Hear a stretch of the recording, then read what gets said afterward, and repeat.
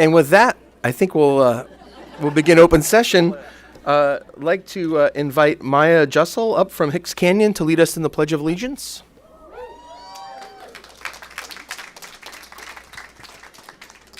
Please join us in the Pledge of Allegiance. To the flag of the United States of America and to the republic for which it stands, one nation, under God, indivisible, with liberty and justice for all. Thank you. Thank you, Maya. Have one item to report out of closed session. During closed session, the board took action on the following personnel decision, with a first from Lynn Davis and a second from Jonathan Abelove, and a vote of 5-0. The board approves the resignation of employee 2024-2518, effective March 13th, 2025. And then we get to do some board recognition, and there is a lot. And I presume this is in the right order. Are we going to do it this way? Okay.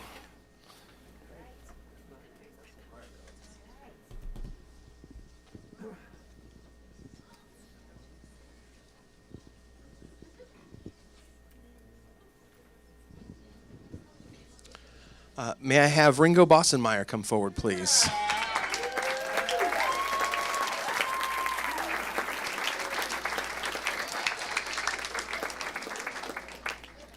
Oh, no. All right, okay. He's the boss, so. In order. Ringo Bossenmeyer, the boys basketball head coach at Tustin High School, in recognition of 519 career wins over 25 seasons.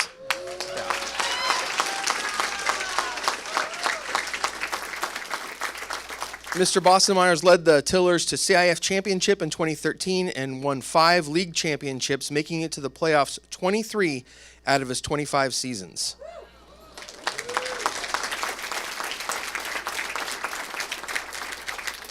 He served as the athletic director for Tustin High School for the past 4 years, as well as PE department chair for many years. We are honored to join Tustin High School and the Tiller community in celebrating Ringo for his lasting impact on students through athletics. Thank you. Yep. Oh, yeah.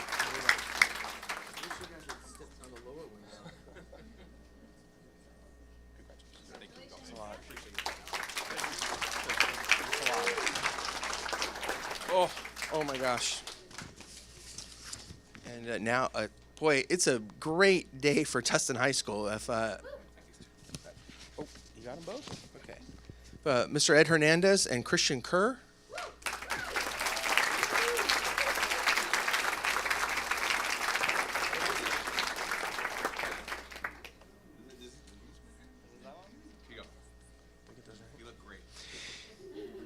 This is a big deal. In celebration of being the first Tustin Unified School District student, not Tustin High School, first in the school district to pass the Certified Solid Works Professional, that's the CSWP exam. TUSD is proud to have numerous students pass the basic SolidWorks exam yearly, but this is the first time a student has passed the professional certification exam. With this, Christian has shown his mastery of this extremely complex software suite and the overall concept of 3D modeling, a skill set and certification greatly sought after by employers. Only 2.5% of the 8 million SolidWorks users worldwide have earned this level of certification.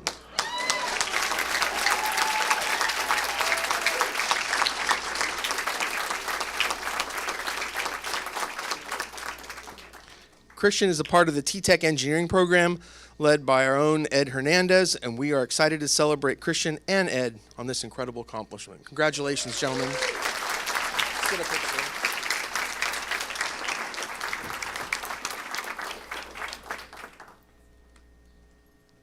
That's extraordinary. Great job. Congratulations. Thank you both. Yeah. Mom's more important.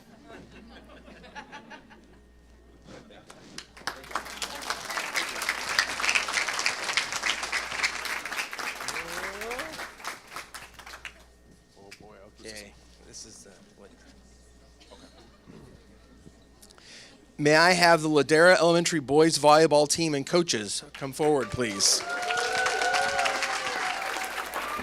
Oh. You want to bring it out and Vanna White this for me? Sure. Bring her out. There we go.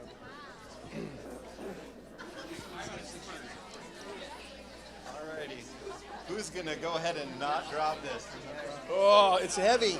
It's heavy. You might need two. All right. All right.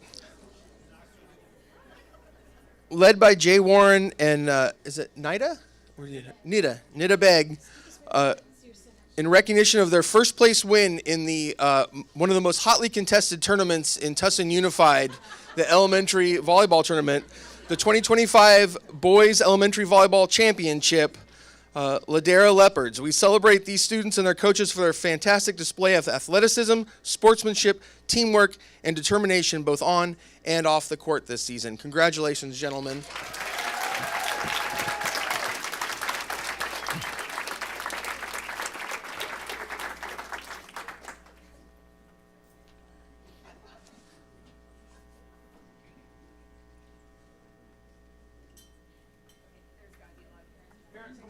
If you want to come up and snap your photos, great chance. There they are.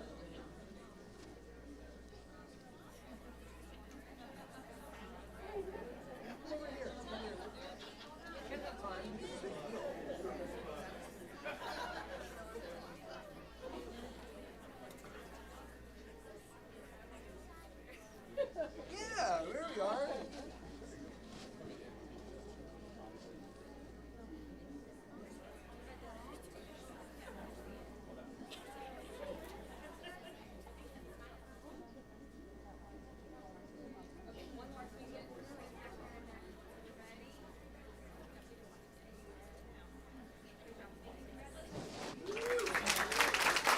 Again, congratulations, gentlemen. Well done.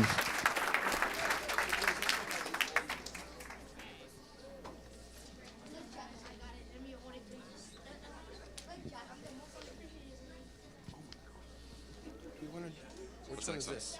What's this one? Okay. I'd like to invite forward the student board members who have been serving their schools and the board for the last year. That's Sahana Shapalakar and Jonathan Lee from Beckman High School.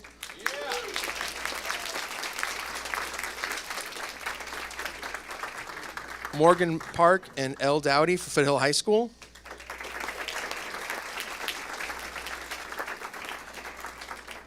Mia Ayala and Alejandro Sixtos, Hillview High School.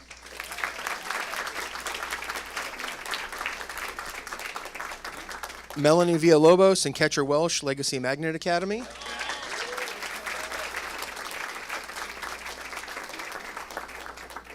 And Samantha Herrera, Tustin High School. And Harshini Mahesh also represents Tustin, but I understand she's not here this evening. She's ill.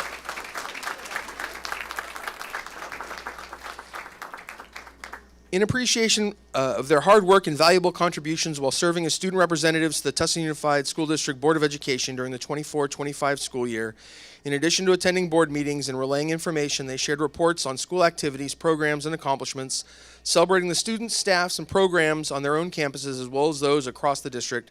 We thank them for their service this year as student representatives to the board and wish them well on their future endeavors and hope to see you guys on school boards sometime in the future.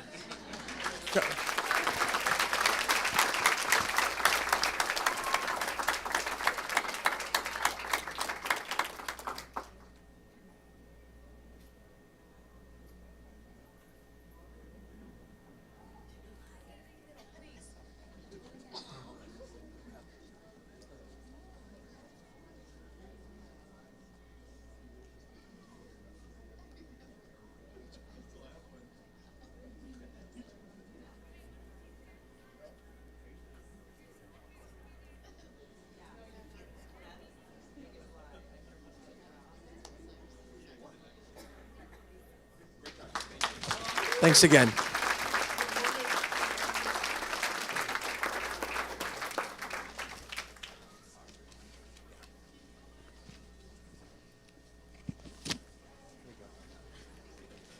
Thanks for helping us on the soccer. Foothill High School girls varsity soccer team and coaches, would you come forward, please?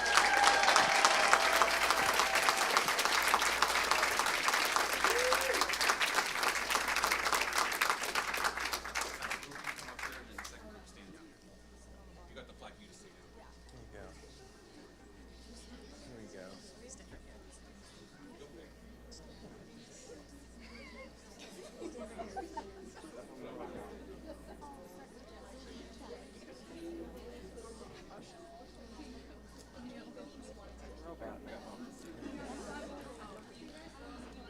All right. All right, led by head coach Steve Patterson and coaches PJ Pulowski and Sean Asher in celebration of their CIF Division III championship title. This is the first CIF SS Division III championship in Foothills history. This season, yeah.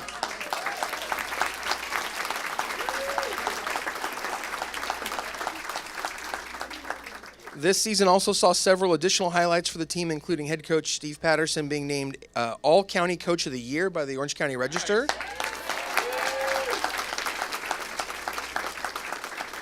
Moreover, CIF celebrated Coach Patterson as Division III Coach of the Year and Hannah Wordle as Division III Player of the Year.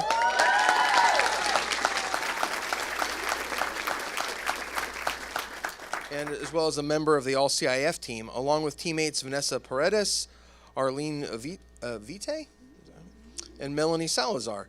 We are excited to join the Foothill community in celebrating the fantastic accomplishments of the Foothill girls soccer team. Congratulations, ladies.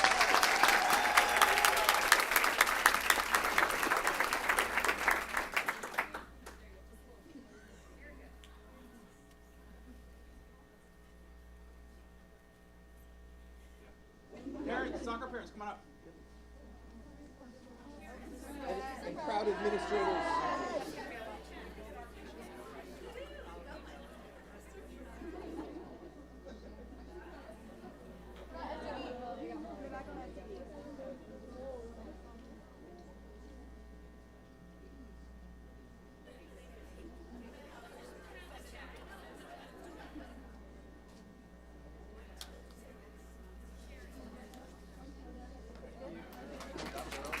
Congratulations.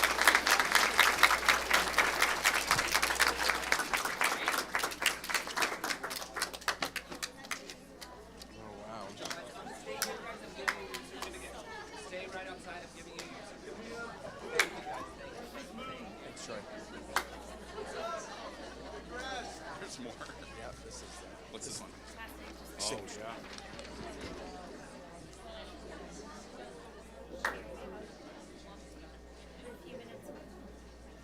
Left with 3 people.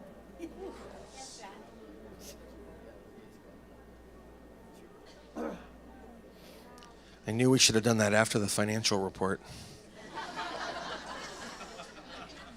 We've got one more recognition, and this is a big one. I'd like to invite the principals of the following schools to come forward: Arroyo Elementary, Beswick Elementary, Ladera, Orchard Hills, Red Hill Elementary, and Tustin Ranch.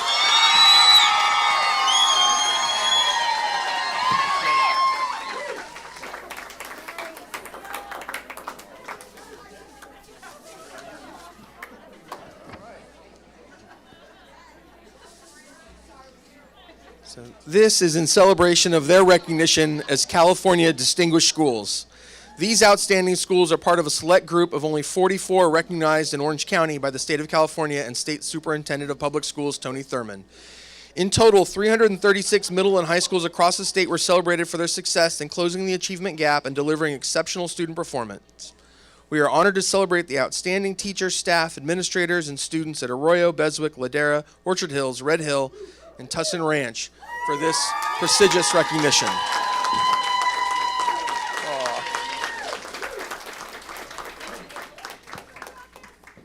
Yeah, proud parents come forward.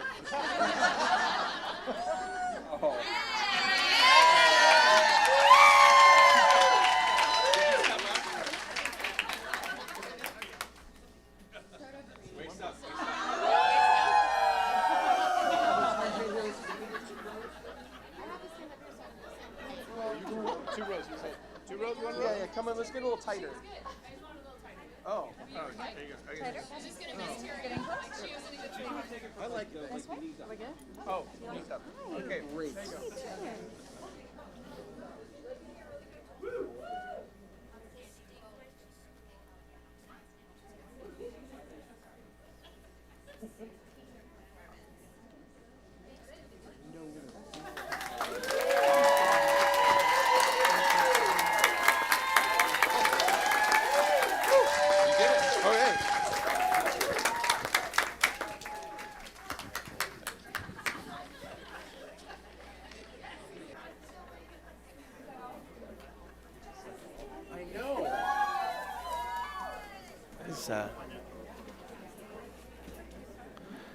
Congratulations again to everyone tonight, but particularly those schools. We know how hard a work that is to get across the line. So, job well done.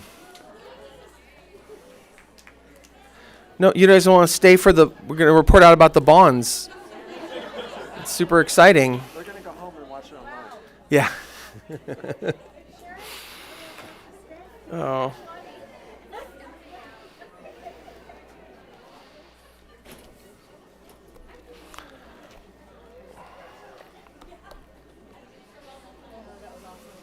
So.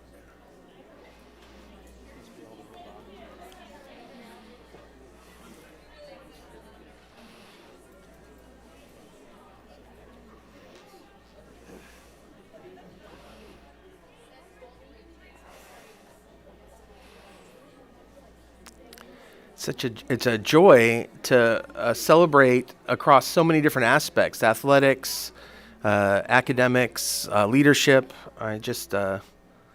It's wonderful, and we're not done yet. We've got some more. Dr. Johnson, you've got some reporting. We've got a few things to say, yeah. Thank you so much, President Stone, to members of the board, to cabinet, to our staff, students, families who are in the audience tonight. Welcome. I've been to a lot of board meetings in my time, and I know many of you have too. That was one of the greatest openings, recognitions to ever experience. And so very unique to have that many people, right? That many teams, that many things. And with teams being a big part of who Tustin Unified is trying to be, so cool to see our students, our coaches, our teachers, our support staff, our administrators just absolutely doing a great job out there in the field.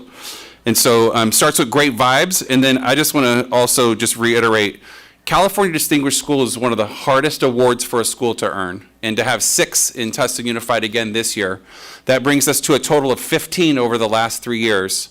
And just, not that we compare, but sometimes we do.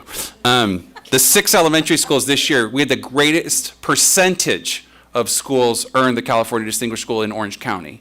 And so just, it is a testament to our kids, to our parents who support us, to our teachers and classified staff, our administrators, our board who sets our vision, and everyone else who is fully committed to the kids in Tustin Unified. So just thank you for that.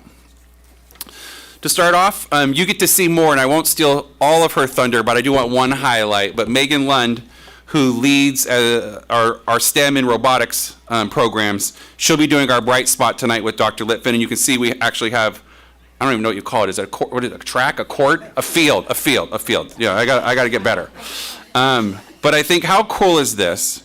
We are sending 16 teams to Worlds, and once again, right, we've done it before, right? Once again, we are sending the largest contingency to Worlds in the country by one single school district. So thank you. It takes a village, right? So to our coaches, to our parents, to Megan, right, to our principals who go and support this, and then our kids who are sitting here on the floor who actually will go to Worlds and crush it and bring back the title. No pressure. No pressure. I think it's something we all can be extremely proud of. The next one, and also a great moments of pride, I'll call them, is Legacy has a virtual enterprise program, and they're still in their infancy. It's only been here for a couple years, but it is one of their spotlight programs. And I want to quote, this comes secondhand from Dr. Litfin, but he said it was said.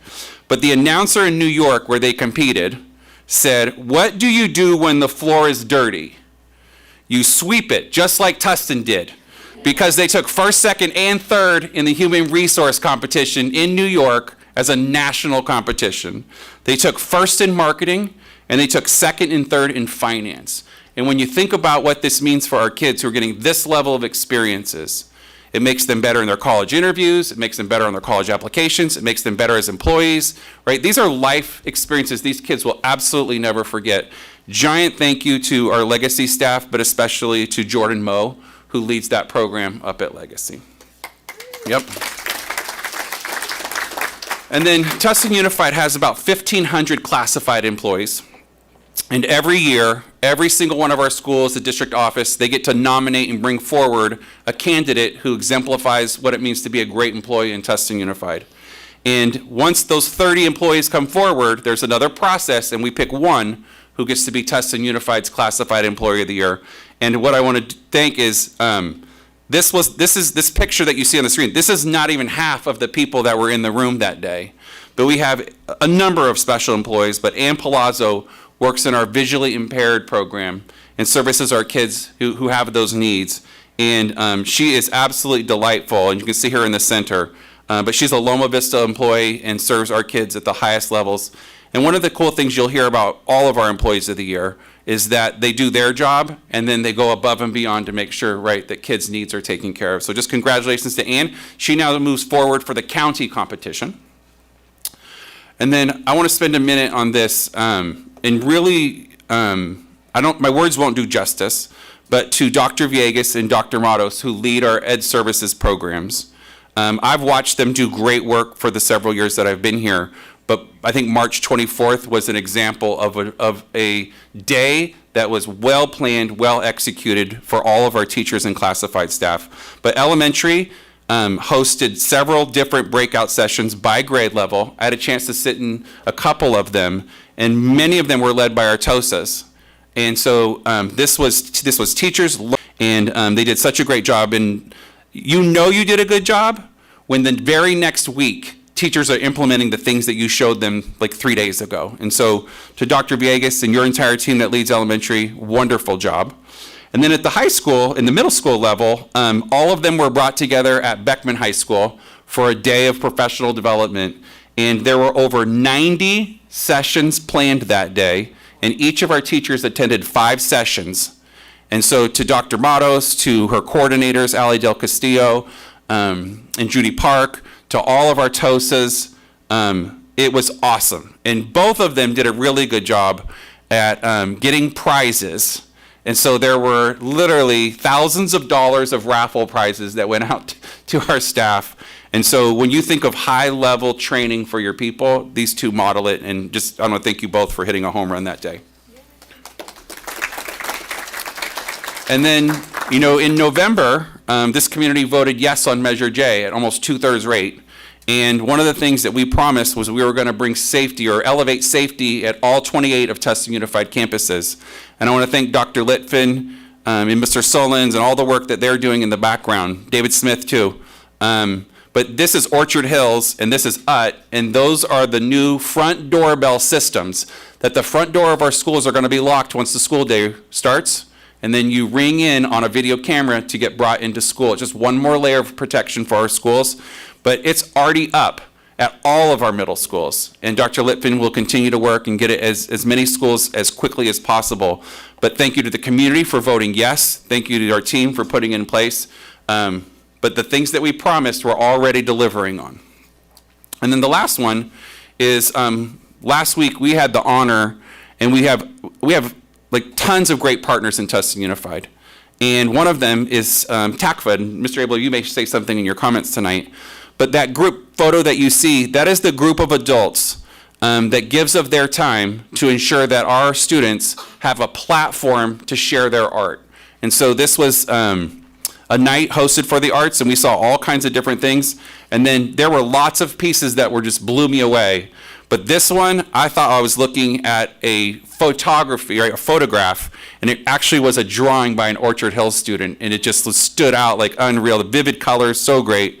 But thank you to TACFA for being an ongoing great partner, and thank you, Mr. Abelov, to you and to your team. I know you're part of a big group that leads that. And so robotics, doing great, right? Virtual enterprise, doing great. Lots of other things we're doing great. The arts are alive and well in Tustin Unified as well. So that concludes my comments. Thank you. And moving to public comments, I have one card here. If anyone has a public comment they'd like to make, they need to just fill out a yellow card and pass it up, and this is the time to do that. They're right up here, by the door. Yeah, come on up. And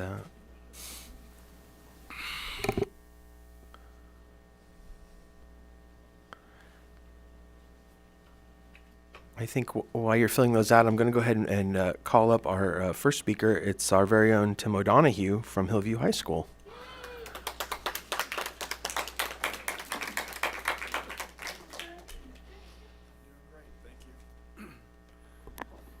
So good evening, everyone. Tim O'Donohue, as most of you know, community member and a longtime employee since, best I can figure, 1980. So ready to retire at the end of the year.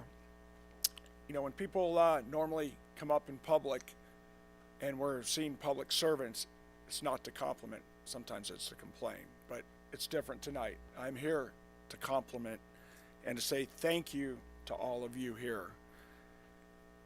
You know, our school board, over the years, and I've had the honor to work with many, many, many school board members, present and past. I want to say thanks for the strong and steady leadership over the years. Just good common sense, good financial stability, being supportive of both students and staff, and promoting academics, and also all the stuff that we saw here tonight about the robotics and the volleyball and the basketball and stuff. So I want to say thank you so much. And to our staff that are working every day, you know, thanks for supporting all of the kids and all of us employees. You know, being a principal is like just the most amazing, amazing job. But at times it can be one of the most difficult jobs, right? But it is way better when we're supported. And I look at the folks over here who I've had the honor of working with, you know, and especially, you know, over the years, Mrs. Matos, my direct boss, and Grant, who have been supervising me probably the longest. I want to say thank you for your support, and I do really appreciate that. You know, over the last 19 years at Hillview, that's a third of my life I've served as a principal over there.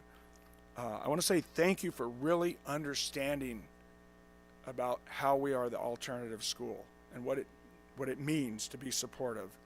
And you guys know those unique needs. And how do I know that you know that? Because you've walked my campuses, you've sat on those exit interview panels, and you've heard the stories. And so before I call it a career, I want to publicly say that I really, really, on behalf of the community as well, I appreciate the good work that you guys are doing, because it really does take a team effort. And, you know, us as principals, we're trying to do our best every day, but we need your support. And I got to say thank you so much for the good work that all of you guys have done. So thank you very much.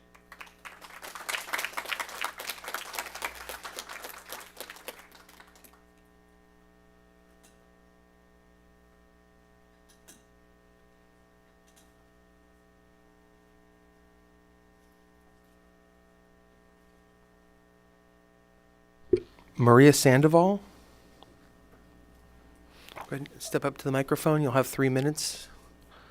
And just as a reminder for those of you who put in comments, the board normally does not respond to any comments during public comment. This is your time to speak. The board may choose to respond during their time at the end of the meeting. But if you ask questions now, they will all be rhetorical.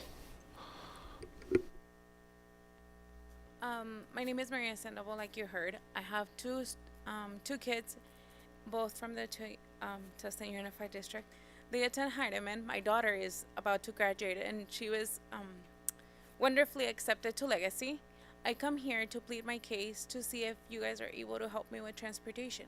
I understand that she was placed out of zone school. She belongs to Sycamore, but I see more opportunities, and I see that she can flourish very well on Legacy. Unfortunately, due to family matters, we're no longer able to take her, and I don't feel the safety or the comfort, and I also don't want to disturb another parent and just be like, here. I plead my case to have something for her and other students that might fall under the same circumstances and might choose otherwise not to attend Legacy or something due to lack of transportation. She's a bright kid. She's very encouraging. I not only speak for myself, but I speak for other parents. I understand that it's completely out of zone. I know that maintenance and everything gets required.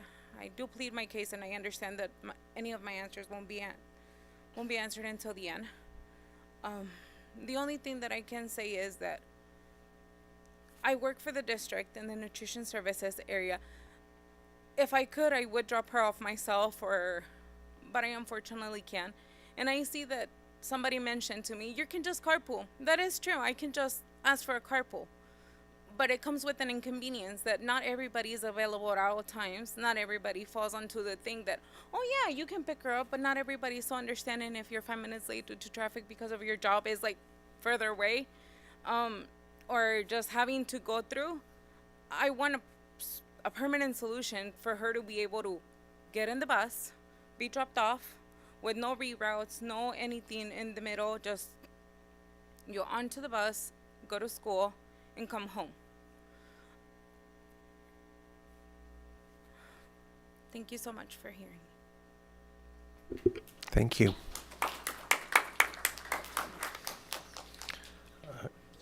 Kristen Cummings?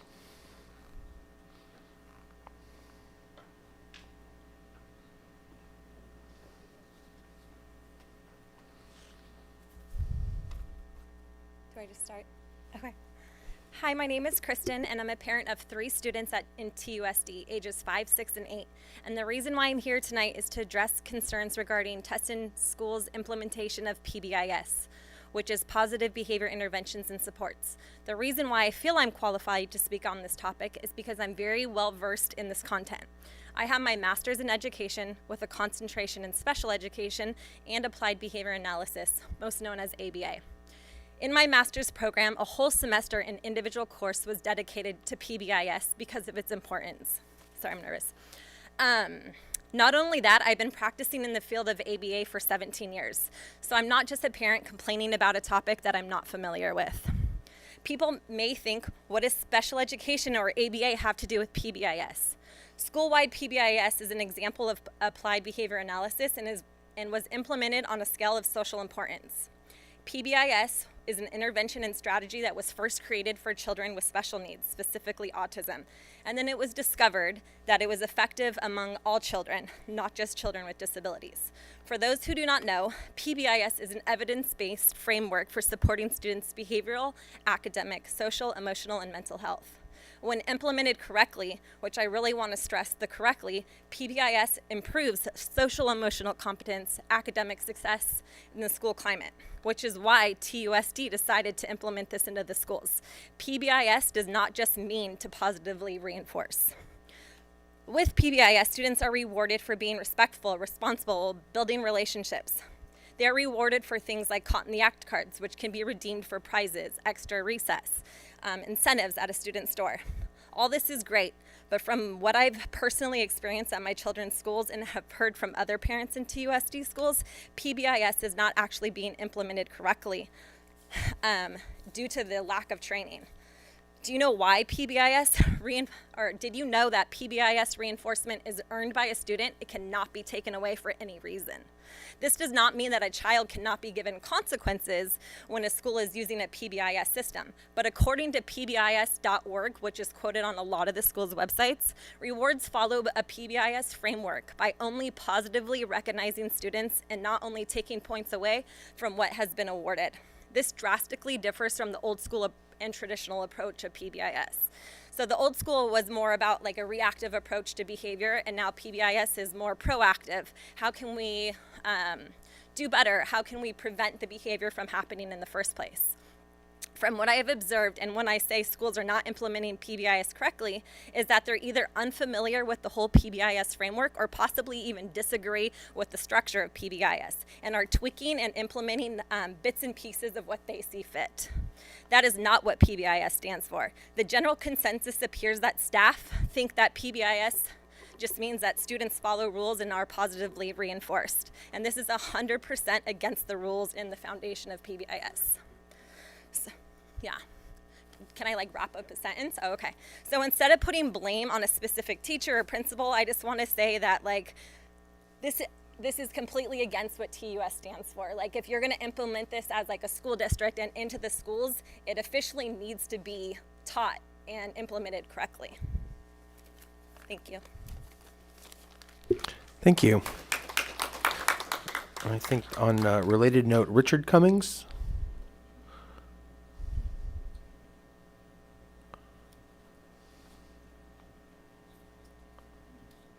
Hello, thank you. My I'm actually kind of just going to build off what Kristen said about PBIS and just give you a couple examples on how we personally have seen schools not, what we believe not being implemented correctly. As she states on pbis.org, states that rewards for PBS framework can only positively recognize students and not take away points after they've currently been earned. PBS is not opinion-based. It's not something you can change as you please. It's an evidence-based framework that has to be followed and implemented correctly and precisely for it to be effective. One example, and is I'm going to touch on like she said, earning caught in the act cards and them getting taken away, specifically for needing in our school to use the restroom. And I can almost agree, no parent is going to agree with a student having to use something that they earned, having to give it away to use the restroom, which I do not believe is an earned activity. Our daughter is given PBIS caught in the act cards for being respectful, being responsible, building relationships. But when she needs to use the restroom, which is a normally bodily function, her PBS cards are taken away as a consequence. So school staff kind of sees going to the bathroom as a negative behavior that warrants a consequence, which to me is kind of silly. Basically saying to my daughter early this morning, you really did great in helping a friend this morning, but since you had to go to the bathroom, I'm gonna have to take that positive reward away for you having to go potty. And then when she runs out of the PBIS cards physically, from going to the bathroom in previous days, her teacher tried to actually go to the physical website and deduct just an online point from the online template and the online platform. It would not allow them to do this. And there's a reason why, because in PBS framework, you are not allowed to retract and take away something that has already been previously earned. It's against their framework. So I think maybe teachers are not properly trained or correctly implementing PBS, or maybe they just don't know the full thread and the full spectrum of what the study and the science is based off of. So we actually did bring it up to the teacher, hoping to kind of have maybe a teachable moment for us and for them. And he was kind of dismissive of the whole thing, which was a little disheartening. And he said he would continue doing things the same way because that's just how most teachers would do it and have done it. So we also talked to our principal, and she kind of stated that upper grades do kind of a similar thing for PBIS, but they use fake money that they earn in class, but then they have to then give the money away when they need to use the restroom, and that's just, again, not okay. So I just don't know what that accomplishes. In the real world, we would not have to take, we don't have to pay to go to the restroom. We don't have to log out at lunch to go, we wouldn't come out of our paycheck. That would be illegal. So just to state that going to the bathroom, a lot of teachers started to say it is disruptive, which again, it can be, but when you have to go to the restroom, you have to go to the restroom. Most of these kids are 10 years and younger. They're also, she said she would have a solution for our daughter when we came back from break, and we don't want a solution for our daughter. This isn't just about her. This is for all the kids in the school. This is for every school in the district. This is not just for our daughter. This is for everybody. And it's been about 3 weeks since we had this meeting, and we still had no callback. And I know a lot of people say, well, have your kids using bathroom at recess and lunch. And why they do that, it's not to escape from class, but you have to figure, my kids, I don't know about any other students here, my kids go to Disneyland, they're in the bathroom 10 times a day, which is a preferred activity. They're not trying to get out of Disneyland rides. It just seems that they're not trying to budge from the old ways, so why, maybe they don't agree that PBIS is not opinion-based. There are guidelines for a reason, and I just want to end by saying this is happening in our schools, I believe, to do a lack of training or understanding of the program. And while these questions are rhetorical, I just want to say, what would the district like to do moving forward to correct and educate their staff, principals, and teachers on PBS to implement correctly, as this does reflect on TUSD, which I know you guys hold a high expectation of your district and schools, and what are my rights as a parent if I still do see it being implemented incorrectly in the future? Thank you. All right. Thank you for all the public comments, and OD, your thanks. Appreciate that. Look forward to celebrating you in the future. We're moving into bright spots. Dr. Litvin, the floor is yours. Get everything sorted here, sorry. All right. Good evening, President Stone, members of the board, cabinet, and audience. It's a pleasure to be here tonight to share another TUSD Bright Spot. This evening's Bright Spot is intended to highlight our world-class robotics program. Robotics is not only one of our largest CTE pathways, but it's also our shining star in terms of K-12 STEM alignment, and a great example of how well TUSD works with our partners like TPSF as well. Here tonight to tell us more about our robotics program is our Robotics and STEM TOSA, Mrs. Megan Lund. Megan has done an exceptional job. Yep. Megan's done an exceptional job in the past several years as the true leader of this robotics program. While our coaches, TPSF, and IT play their extremely important roles in the success of the program, Megan is that behind-the-scenes champion, the host of our huge tournaments, and the person who logistically makes this program work. So it's an all-day, everyday, year-round job where the work happens at night and often on weekends. And I really want to thank her for that long-term dedication to these students in this program. So with that, I'm going to turn it over to Mrs. Lund. Awesome. Thank you. I am so excited to be here tonight presenting on TUSD Robotics, now in its 12th year, which I'm like, how did that happen? This program is transforming lives across our district, and I really love being a part of this program because the board goals of Tustin Unified align so perfectly with what we are trying to do in this program. So I want to start by talking about this student. Her name is Sydney Hodge, and she is a senior at Foothill High School. She started her robotics journey right at Arroyo in 4th grade. And she started with this curiosity. She wasn't sure what to expect when she joined robotics. She liked building things. She wanted to try something new. And I think this is where most kids who start robotics begin. They have this wonder about what will they learn? What can I build? Will I find the people, the community that I want to be a part of? And that robot on the top is the first robot that Sydney had a hand in building. It's really cute. It's what we call the Vex Clawbot. It comes with a set of instructions, kind of like Lego, where it helps really intro students into building a robot. And over the years, she continued to grow, and she found this place where she could create, she could collaborate, she could grow. And I think she stayed because of the teamwork that she got to experience while being a part of robotics. She's learned to solve complex problems, she's challenged herself, she's celebrated wins and plenty of failures with her peers and the amazing teachers and mentors who have just poured into her throughout this program. The bottom picture there is her robot from this season. One of her robots. They go through several iterations. And this robot is incredibly complex. There's really intricate engineering behind it, sensors for programming, and this has led her to be one of the top performing teams in the world. And I love that even through all of this, like, her smile remains the same. You can see that love and that joy that robotics has brought her in that community that she's been a part of. Now that Sydney's almost all the way through her robotics journey, she's leaving with far more than just the technical skills that this program provides. She's leaving with optimism, right? She has this renewed sense of purpose, an engineer's mindset, and the confidence to chase what inspires her. And while her story is special, it's not unique, because there have been thousands of kids just like Sydney who have gone through the program, who've joined out of curiosity, they've stayed for the opportunity to work together, and they leave believing in themselves and their future. So tonight, to see where this robotic journey starts for some of our students, we have 2 teams from Hicks Canyon Elementary. They had a record-setting year. They have been dominating the robotics space for just a little bit, but man, they really, across our district and across the state, have really taken it to new levels. They are the only school in the world that is sending 4 elementary teams to the World Championship this year. And they also won 3 online challenges. There were only 5 online challenges for Vex IQ. They were finalists in all of them and won 3 of the 5. So that's pretty amazing. And this is a true testament to the coaching and the support and the parents that go behind this. So please join me in welcoming up our 2 teams, the Bot Shots and the Tech Girls from Hicks Canyon, who are gonna do a demo. And one of their coaches, Kim Cunningham.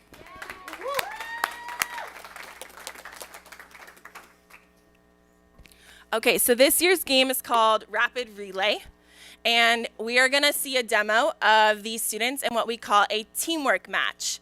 In Vex IQ, these 2 robots are working together to score as many points. Will you flip the switches back? We forgot to reset.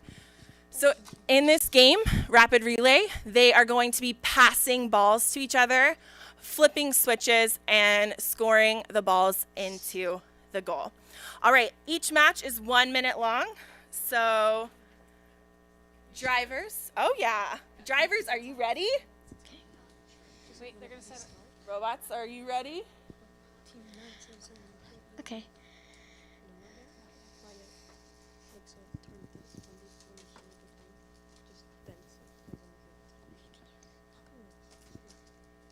So what do I say? All right, are we ready now? All right. Today you and tomorrow you aren't the same person. If you're tired of what Today You is doing, get an Accounting Fundamentals Certificate from WGU School of Business and get a whole new Tomorrow You in just 6 months. Enroll today at WGU.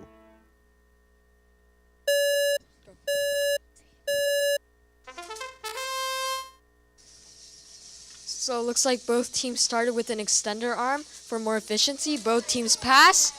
Looks like Team B from Hicks Canyon just scored a goal. They score 2 goals as Team E just passes more balls to them. Looks like they're about to attempt their third goal, and they clear the third switch. That's another pass from Team E. Wow, what a great game strategy. Team 97793E is the passer, and Team 97793B is the scorer. And with all 4 switches cleared, each pass is now worth 12 points. Looks like this is gonna be a high point earning game. Looks like Team E is continuously passing balls to Team B. Looks like Team B keeps successfully scoring each ball into the goals. And that's time. Is anyone counting? That's 95. 7 passes, 7 goals. 8 passes, that's still 7. What's the math? 95. 95? 95. 95.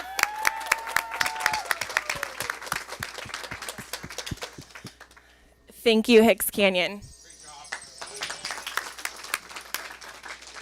And what I love so much about this is, I mean, even our own Mr. Hernandez, the engineer of the world, was like, whoa, what did they build? And right, these 4th and 5th graders are constantly amazing me with their designs and their ideas and their ability to work together. So congratulations and best of luck at the World Championship, Hicks Canyon.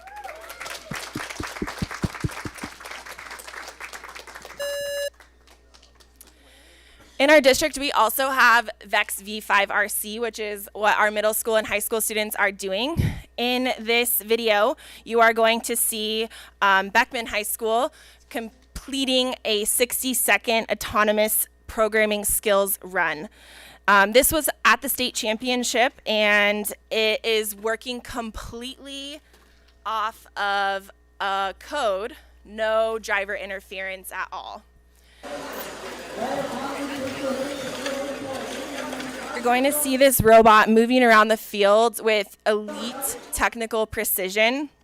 They are scoring rings and goals, moving completely by their program that they wrote. So you can't see the students standing there, but no joystick. And then the sensors on their bot are sensing they only want to score the red rings in this game. And so they are color sorting as they go through.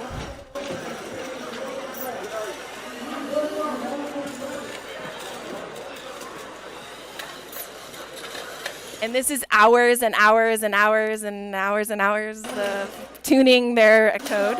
And this level of performance has been really hard to reach. And then they hang at the end, they elevate. So what I love about that video too is you hear the cheering, but in the humble robotics kids, they cut the video so that you don't hear them fully celebrating. But this was a nearly perfect skills run with a score of 54, which is ranking among the top scorers in the world for this autonomous programming. And this level of performance is driven by what we call PID control. It stands for proportional integral derivative. And it's essentially a feedback loop that uses sensors and math, and it's creating a constant, accurate robot motion. And yes, our students are actually coding, tuning, and engineering these systems themselves, and even teaching some of these kids how to do that with their robots.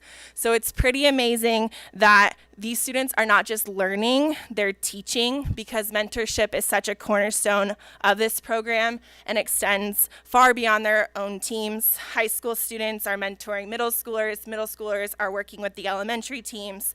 They collaborate across sites, sharing knowledge, encouragement, and expertise. This is a community where students grow by lifting each other up, and that's one of the best parts, I think, about this program. Now, if we're talking impact, we can't do so without mentioning Jeff Farr. For the past 12 years, Jeff has been a pillar of the TUSD robotics life and a legend in the VEX community. Here's just a quick look at the impact that he's made. He has coached officially, and I counted, 2,934 robotics matches. He has had over 300 students as his team members. He has won 205 trophies, 52 teams, 38 have advanced to the state championship, and 20 have qualified to VEX Worlds. Over the last 12 seasons, we really only have one Jeff Farr, and as his last season, the official retirement, I would like to present Jeff with the TUSD Robotics Lifetime Achievement Award.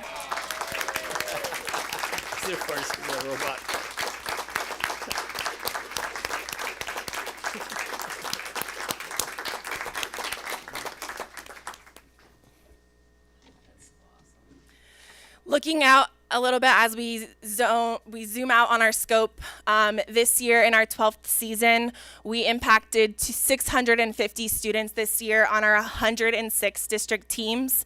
85 of those compete in the official VEX competition, but we still have 21 teams participating in our non-competitive phase 2 across our elementary sites. 38 teams competed at the state championship. And the hardest year ever to make it to Worlds, I told Grant we weren't getting that many teams, and we still did. So 16 teams to the World Championship next month in Dallas. So congratulations to all of those teams and all of the effort that went into this.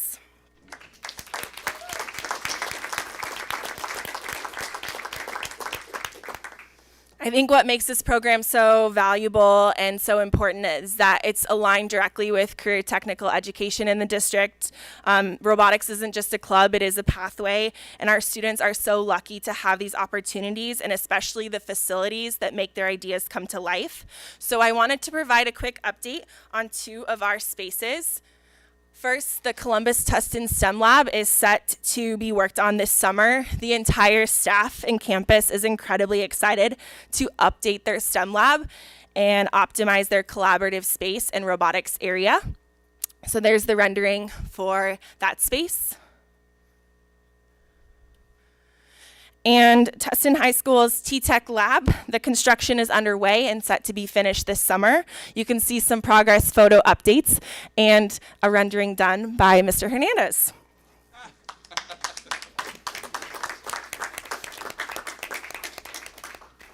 So when we look at what is the impact of TUSD robotics, it's students discovering their passions, it's learning to think critically, collaborate, and create with purpose, and it's building the next generation of innovators, engineers, and leaders, and it starts all the way in elementary school. We're so proud of what's been accomplished and even more excited for what's to come. Thank you for supporting a program that is shaping the future one student at a time.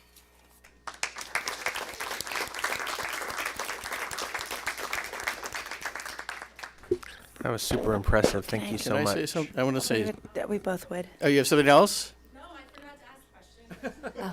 Oh, no, this isn't a question. This is a statement. So 12 years ago was the 2012-2013 school year, and that's the spring before that. The Tustin board voted money to investigate the feasibility of a technology bond. And a few months later, voted, in fact, to place a technology bond on the ballot. And I was a main driver in pushing for that. And what I want to say is, when we when, at least in my conception of what we were going to get for, by doing this, is only is like a faded small fraction of what is actually been accomplished when we took this idea and we handed it to our professionals, our administrators, our teachers, and our staff, and they have created something we couldn't. I could never have imagined.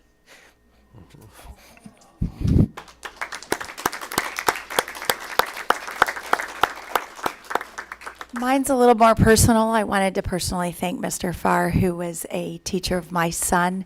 So before, my son was in middle school at Columbus Tustin Middle School, and at the time they had only had one robot at the time. We didn't have as many resources as we had today, and so he started at Columbus Tustin Middle School, worked under Mr. Farr, who I'm very grateful for, and just as a personal note, is building rockets at Purdue and is about to graduate and can program in 12 different languages, somewhat because of this program. So thank you so much, honestly, and Megan, incredible work. I was able to work with Carrie before you and was a little worried. Incredible. It's just 16 world teams, and so thank you, and to you girls down there, it's amazing to see you participate. I'm an engineer as a woman and one of the very few, but I'm hoping that over time, watching you guys, you'll certainly be there too. So thank you.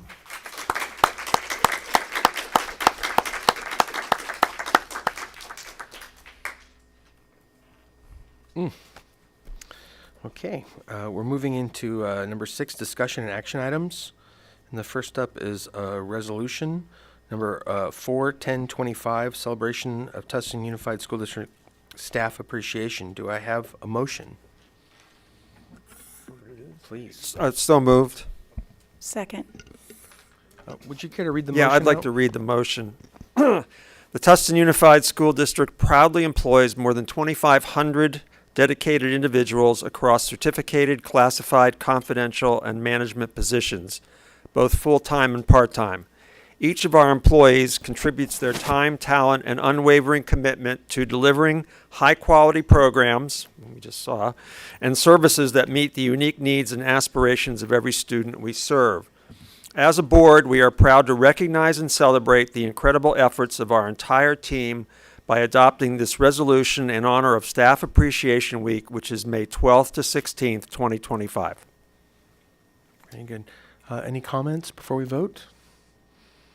I think I've just stated my appreciation for this. I mean, it's just amazing. It's amazing what happens here. Yeah.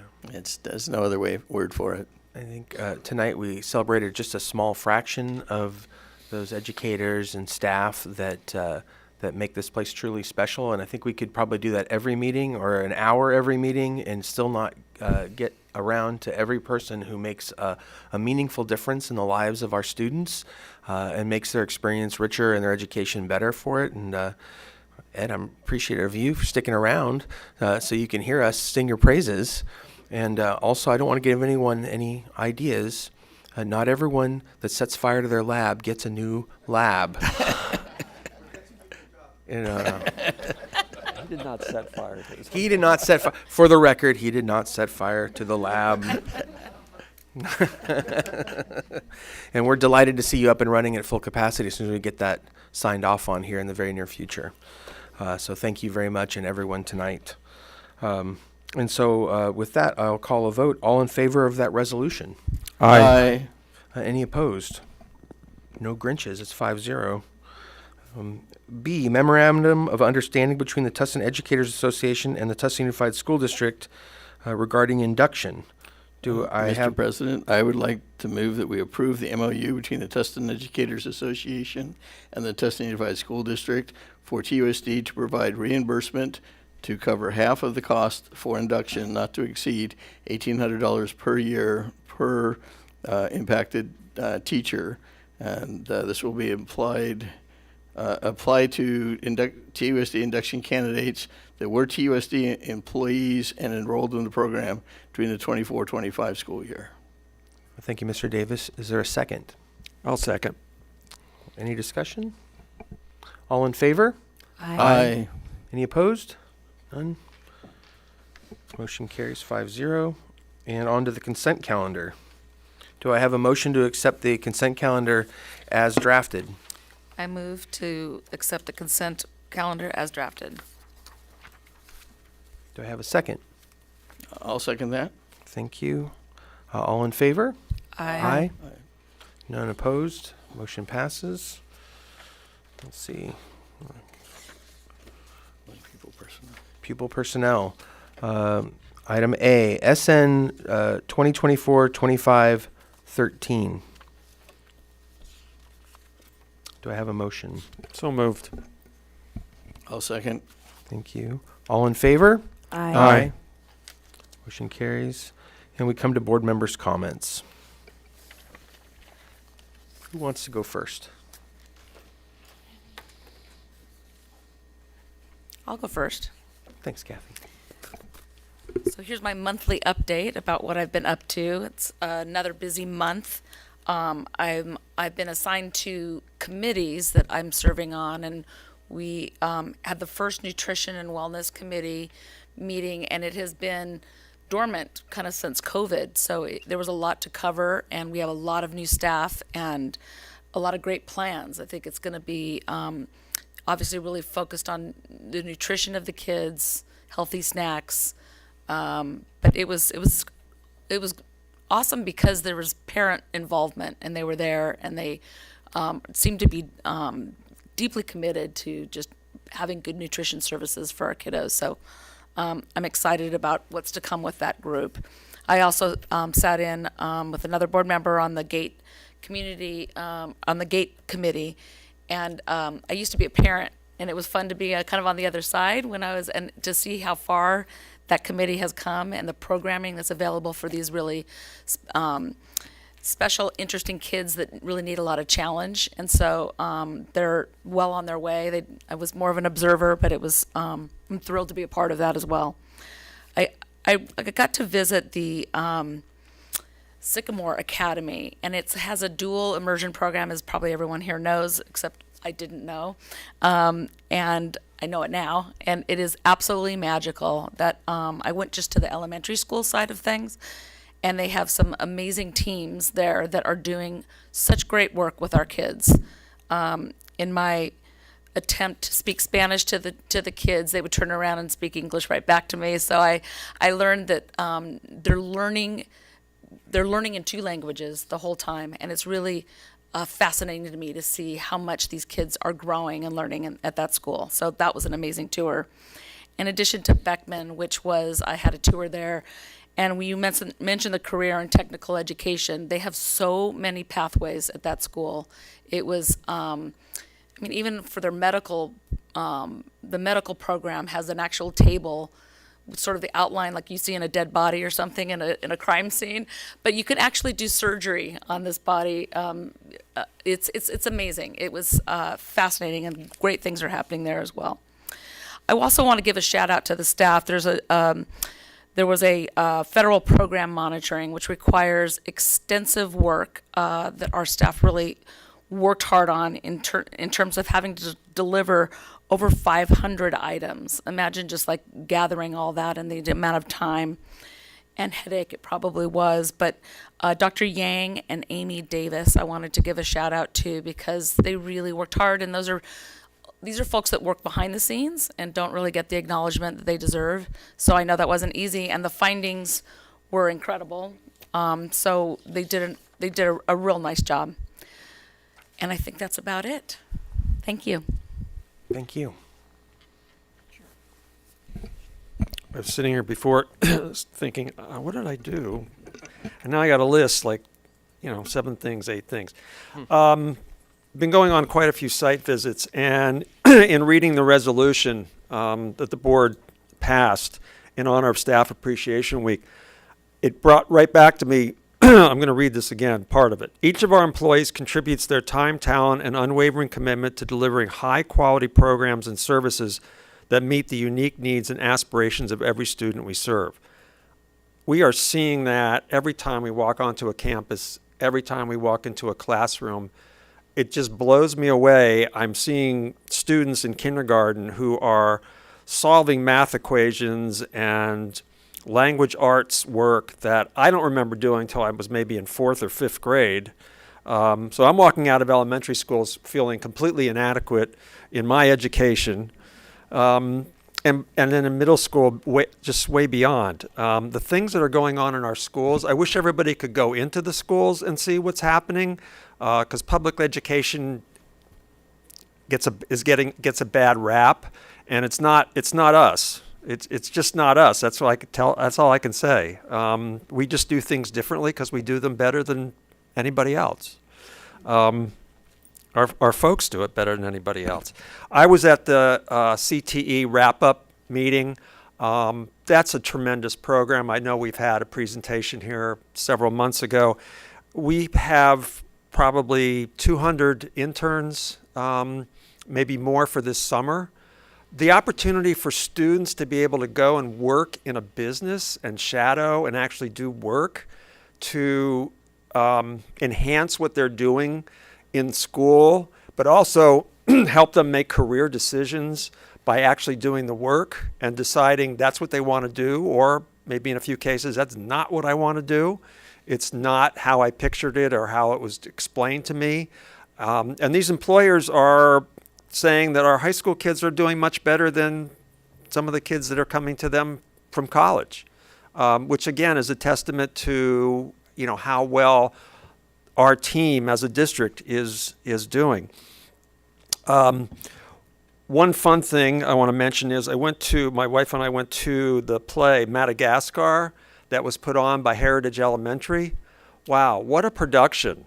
Unbelievable. They had so many shows that they had 3 different casts because there were so many students that wanted to participate at the school.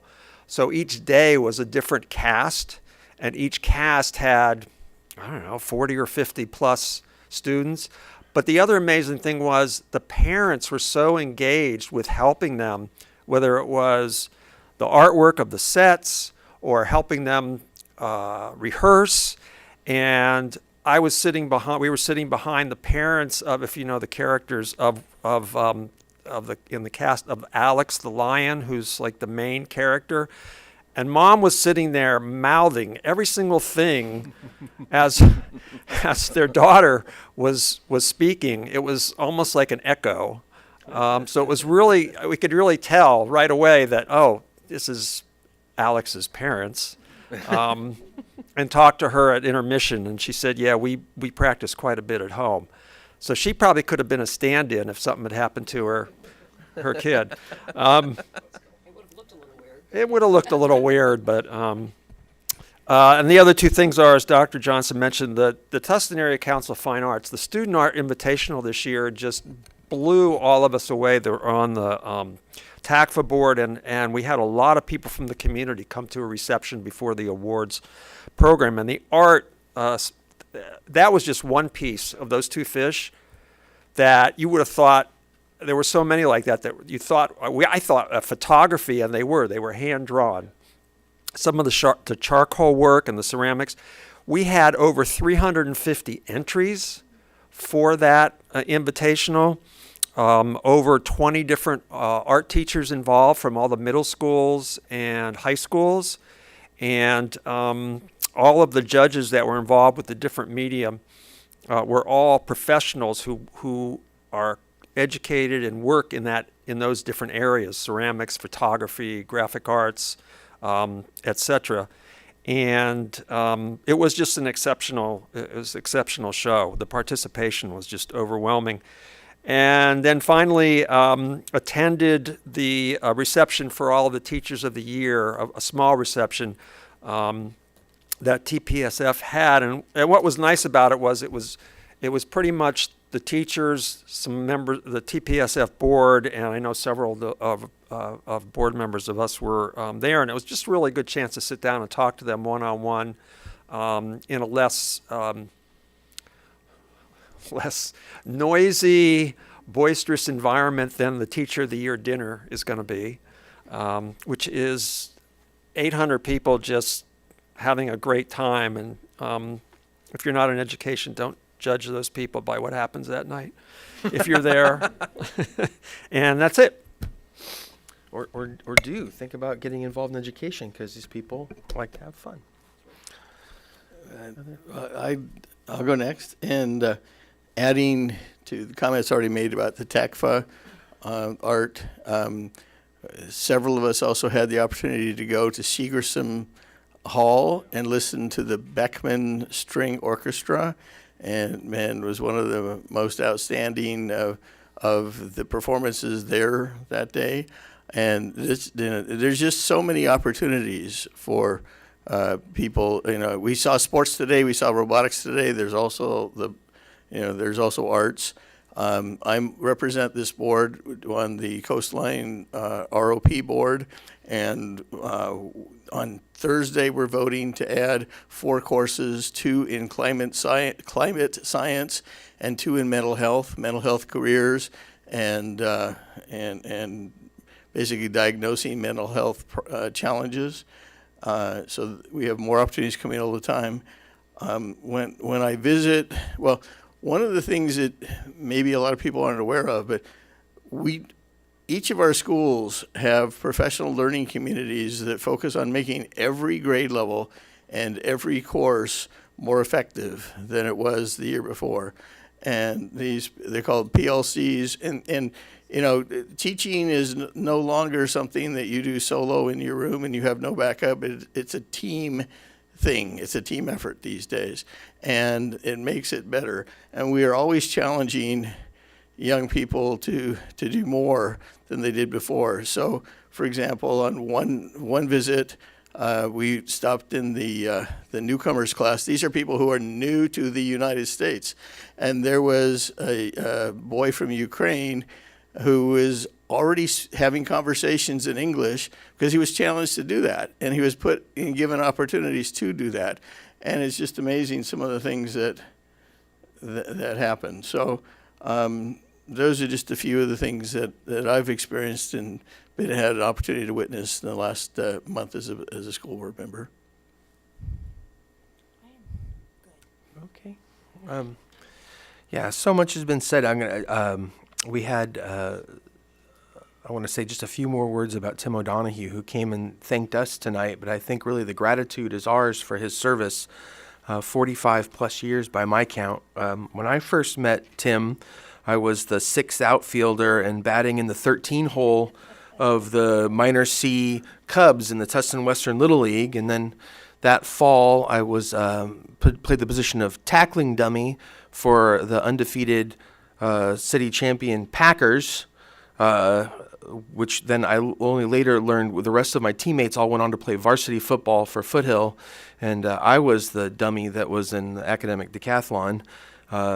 But he was out there on those fields and coaching up kids, and I didn't realize he wasn't much older than we were as 9-year-olds. He was just a kid himself. And in all those 45 years, Tim has been a coach and an administrator, and a leader for his staffs, and also someone who has forged character in young men. He's also involved in his faith organization, very active in that, and just an absolute pillar of this community. And I know that in the coming months we'll have a chance to celebrate him as he takes his well-deserved retirement as professional educator, but I don't think he'll ever stop teaching, coaching, and leading. And what an absolute pleasure and privilege to grow up in a community that is served by men such as he. And, who knew as I was out there not shagging fly balls and chasing after them that very patient young man would be here 45 years later, and I'd get a chance to personally thank him for everything he's meant to me and literally thousands of young men and women in this community whose lives he's shaped for the absolute better. So I hope he gets a lot of victory laps here in the next couple months. He's earned it, and I'm excited to see what's next for he who's still a very young man in the scheme of things, and expect to see him around for many, many more years.